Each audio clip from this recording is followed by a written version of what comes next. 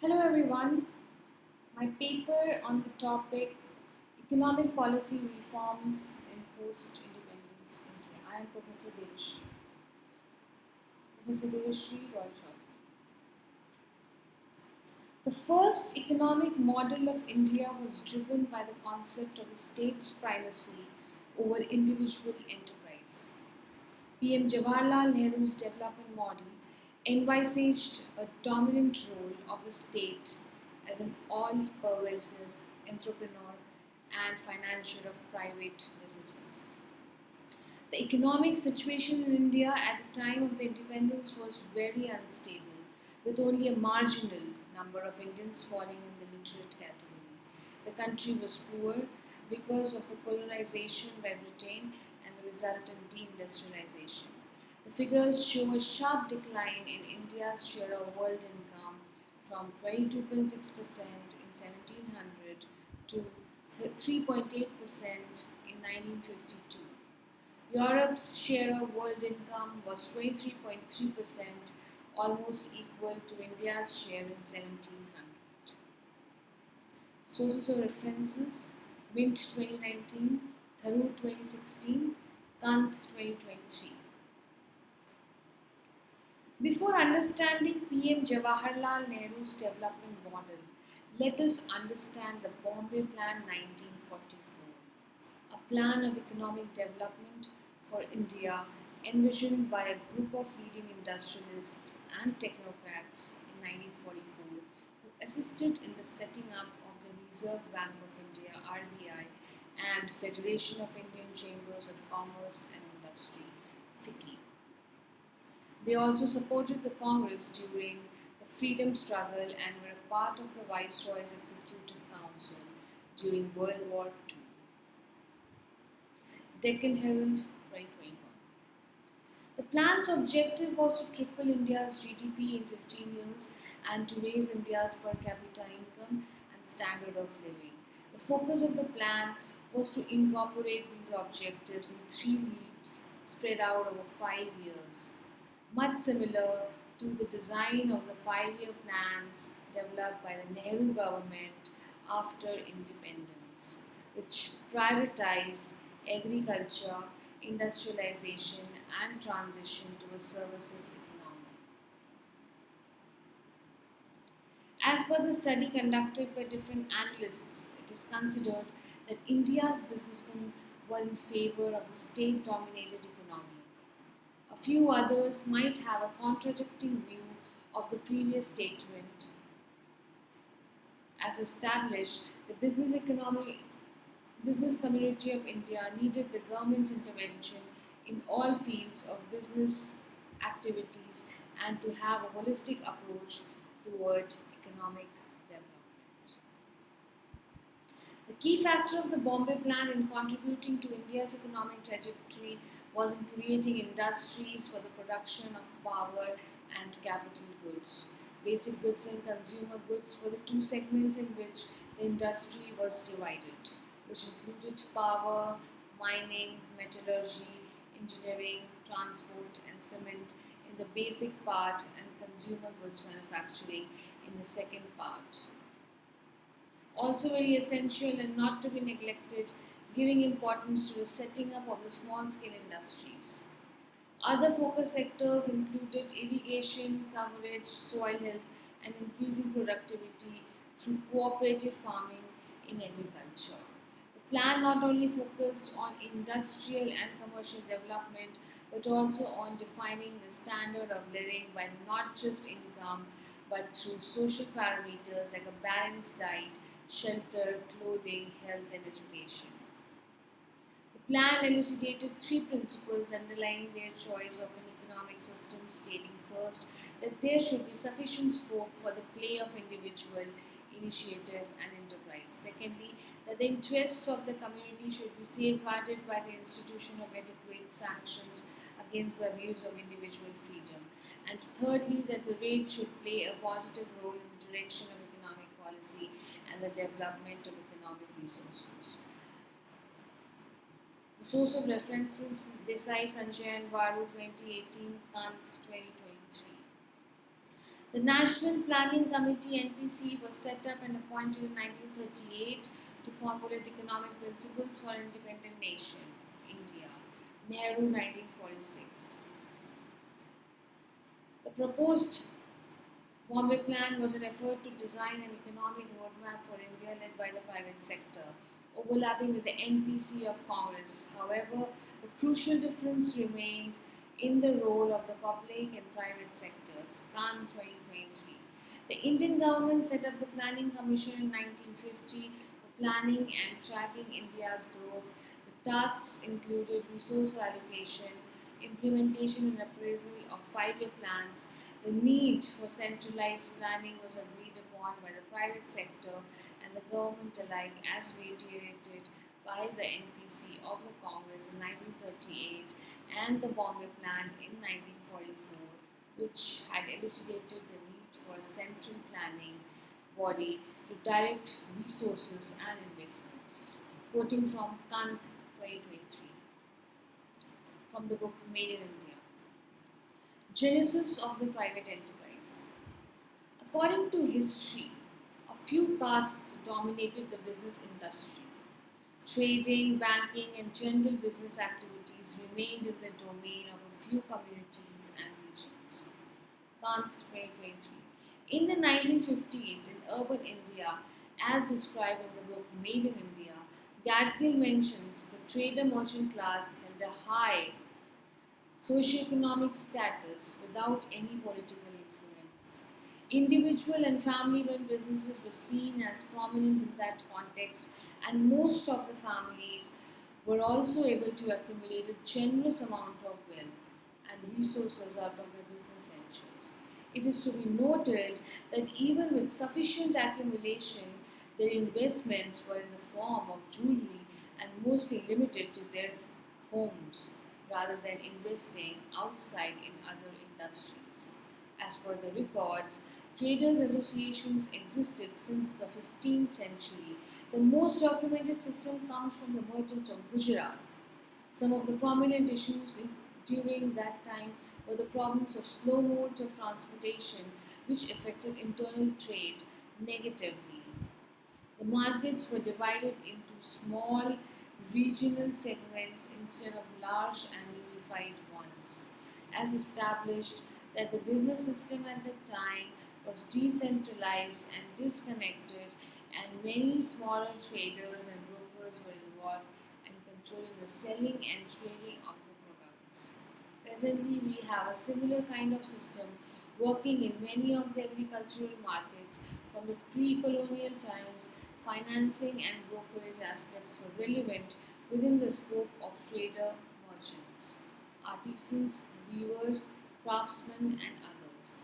The author in this book discusses initial banking houses controlled by traders' associations during that period and specialized in three functions. The first was money changing, as several currencies were in circulation in India. The second was issuing bills of exchange securely. The bigger banking houses usually had a pan-India reach through a network of correspondents. Quoting from Khan 2023.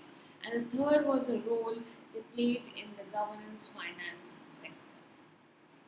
The Indian industry faced significant challenges because of the impact of colonial policy and India's deindustrialization.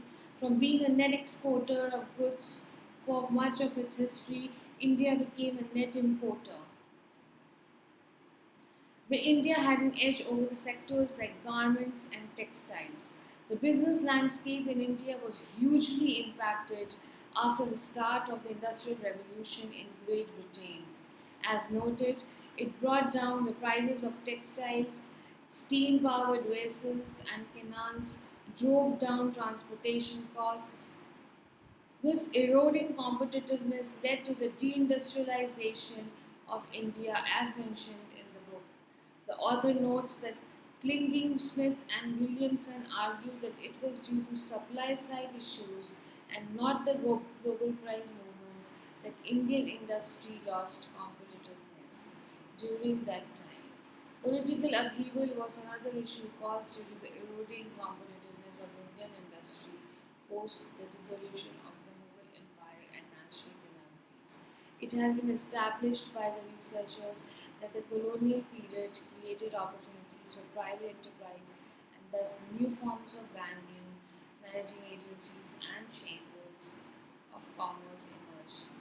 A few of the important events related to this sector is the Joint Stock Companies Act of 1857, which helped in creating the corporate sector and the emergence of the system of managing agencies.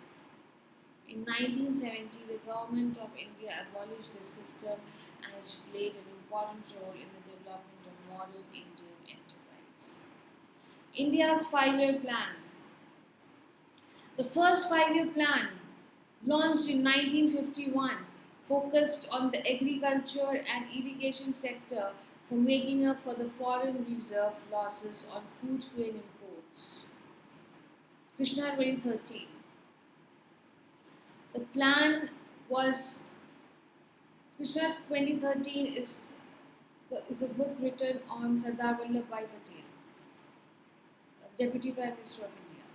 The plan was a success with an economic growth of 3.6%, much higher than the target growth of 2.1%. The 1951 to 1956 plan was a huge success because of the achievement of food self-sufficiency and control of prices. The first plan implemented by the Nehru government was based on Harrow-Domar model.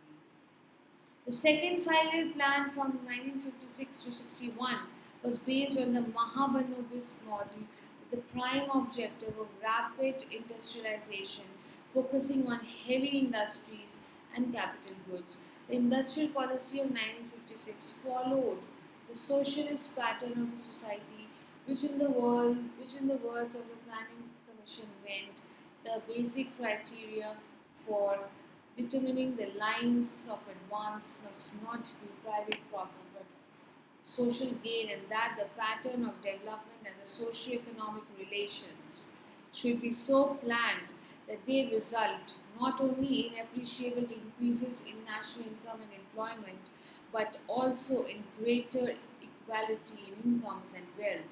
Major decisions regarding production, distribution, consumption, and investment must be made by agencies informed by social purpose.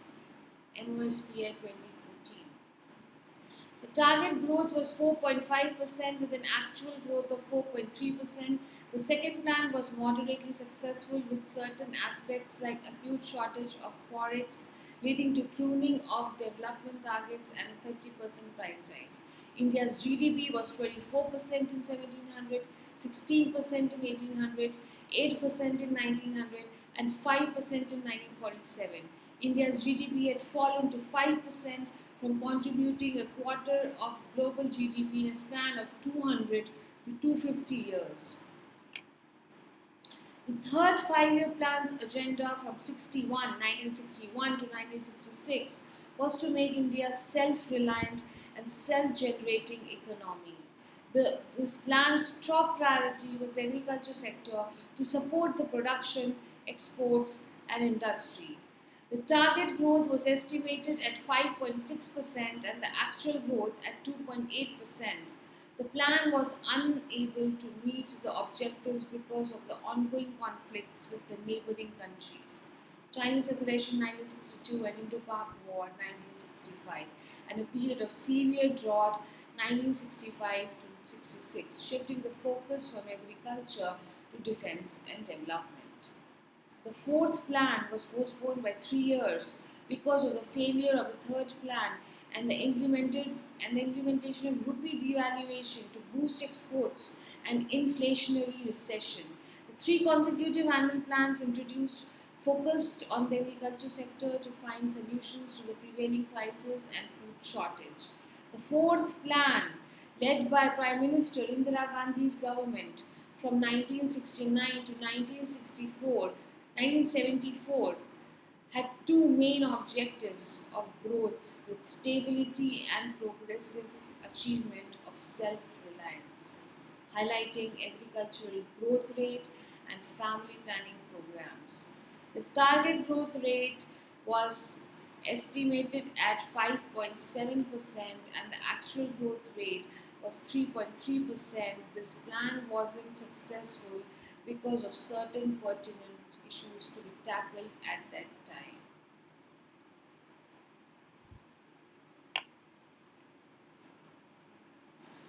Sources of references: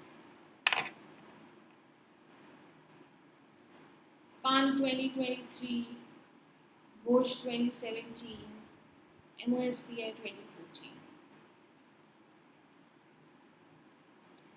One of the prime moves during this time was the banking reforms 1969. The main reason for nationalization of banks 1969 was the centralization of banking services to promote uniformity.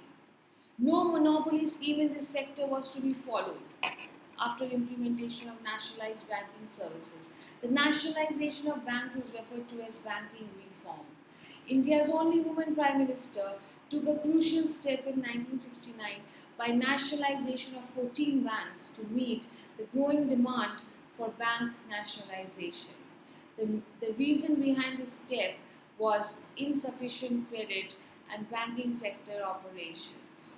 During this time, several non-banking financial institutions (NBFIs) and banking financial institutions (BFIs) emerged in this sector. The idea behind abolishing pre-pers was to promote the concept of inclusive India and equal rights for all, and a way to reduce the revenue deficit of the government.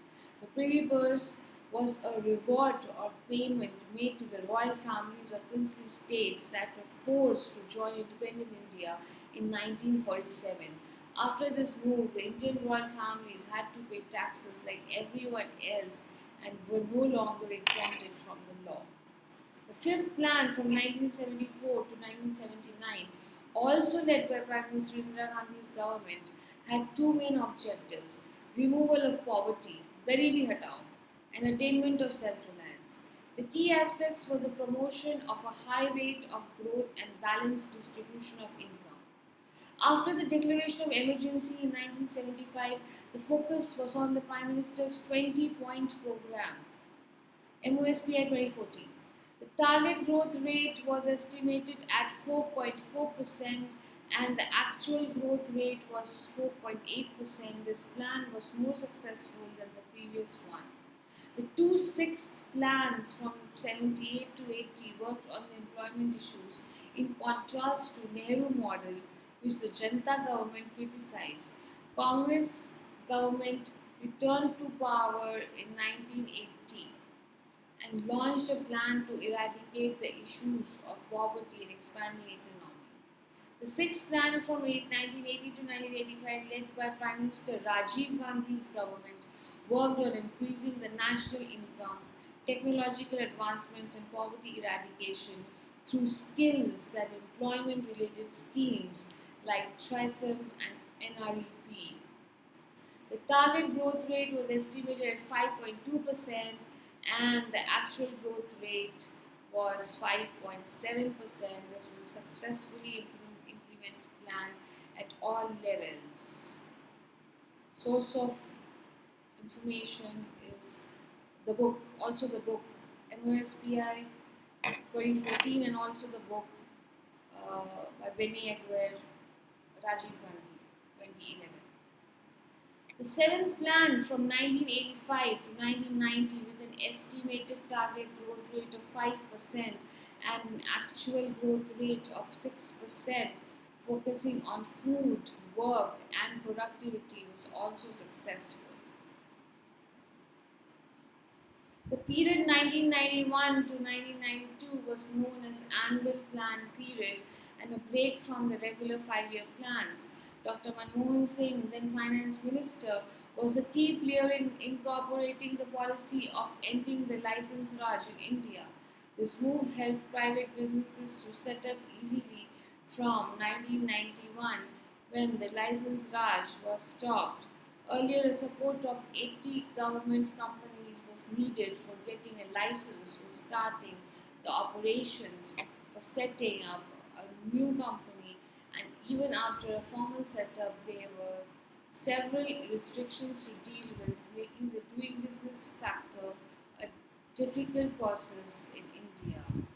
As per the research conducted by IMF.org, the account deficits played a significant role in the crisis.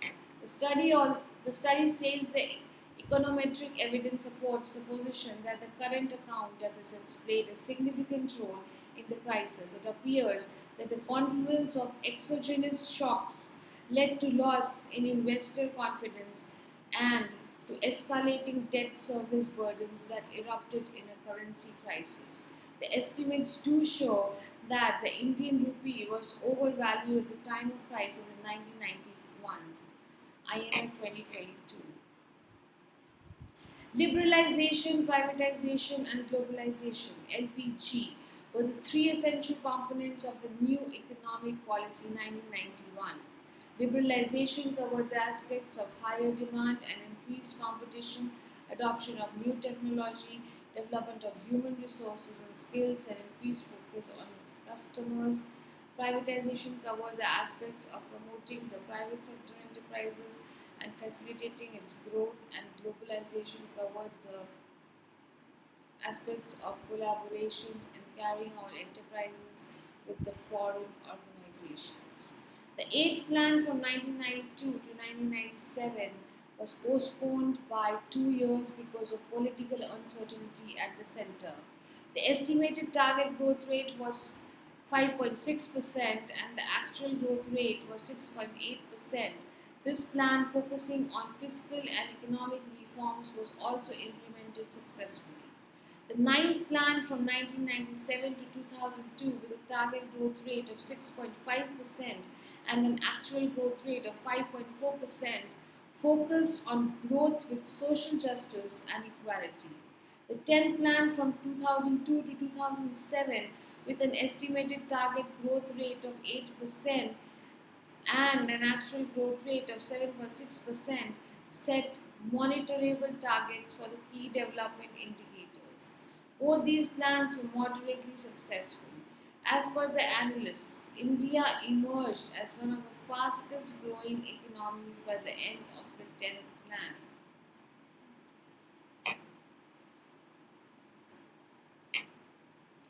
The 11th plan from 2007 to 2012, with an estimated growth rate of 9% and an actual growth rate of 8%, aimed at faster and more inclusive growth. The broad vision for the 11th plan included several interrelated components like rapid growth, reducing poverty and creating employment opportunities, access to essential services in health and education, especially for the poor, extension of employment opportunities using National Rural Employment Guarantee Program, environmental sustainability, reduction of gender inequality, and others. The 12th five-year plan from 2012 to 2017 worked on the objectives of faster, sustainable, and more inclusive growth. Rahul Gandhi's office, source of reference is Rahul Gandhi's office 2023.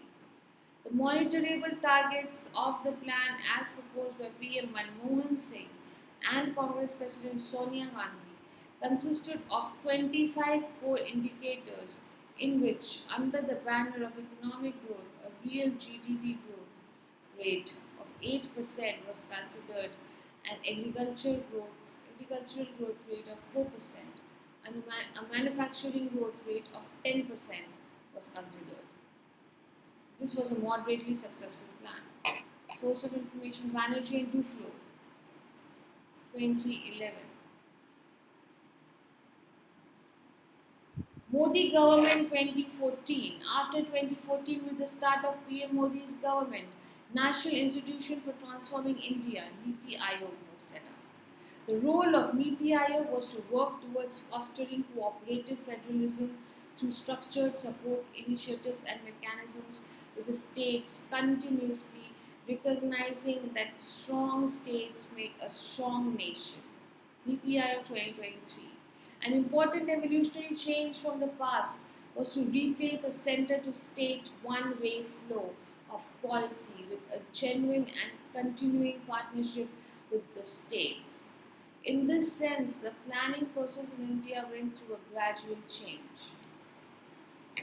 Ministry of Finance was given the role of Planning Commission in the determination of annual plans and transfer of planned funds to state governments post 2014. With the start of the new government, the new smart plans focused on the ease of living and the ease of doing business. Prime Minister's Office 2023. Some significant economic reforms highlighted the onset of the new paradigm in governance. The use of digital means was promoted in all platforms and transactions of the government for the benefit of the citizens. Every single winter clearances with the help of online forms made all government processes hassle-free and faster than before, leading to more productivity and rapid economic growth. Ease of doing business was a policy every state of India had to focus on. Source of information PMO India 2023. Flagship initiatives like Make in India, Startup India, production linked incentives, PLI schemes, attracting foreign direct investments, FDI, Goods and Services Tax GST 2017, Insolvency and Bankruptcy Code IBC 2016, focus on micro, small and medium enterprises, MSMEs, and programs like Aspirational Districts, Smart Cities India. Source of information Varun Gandhi 2023. The book City and Metropolitan Planning. Udan Aviation Scheme, the National Infrastructure Pipeline NIP, and investments boosted the economic growth rate of India and are still adding to India's economic development trajectory at an enormous scale. Black Money and Imposition of Tax Act 2015 is an Indian Parliament Act which imposes penalties on income generated through corruption, like black money, hidden foreign assets, and income, and aim to bring such money and assets held outside the country back into the country. In this context, black money refers to the undisclosed foreign income and assets of the citizens of India. In November 2017, rupees 500 and rupees 1000 banknotes were demonetized by Prime Minister Modi in India. Demonetization had both positive and negative aspects. The positive aspects include reducing the use of black money, increasing cash in the banking system, stopping the handling of fake currency, reducing all possible finances for illegal activities. As the demo announcement was made at 8 p.m. on 8 November 2017 to be put into effect from midnight, the local inhabitants.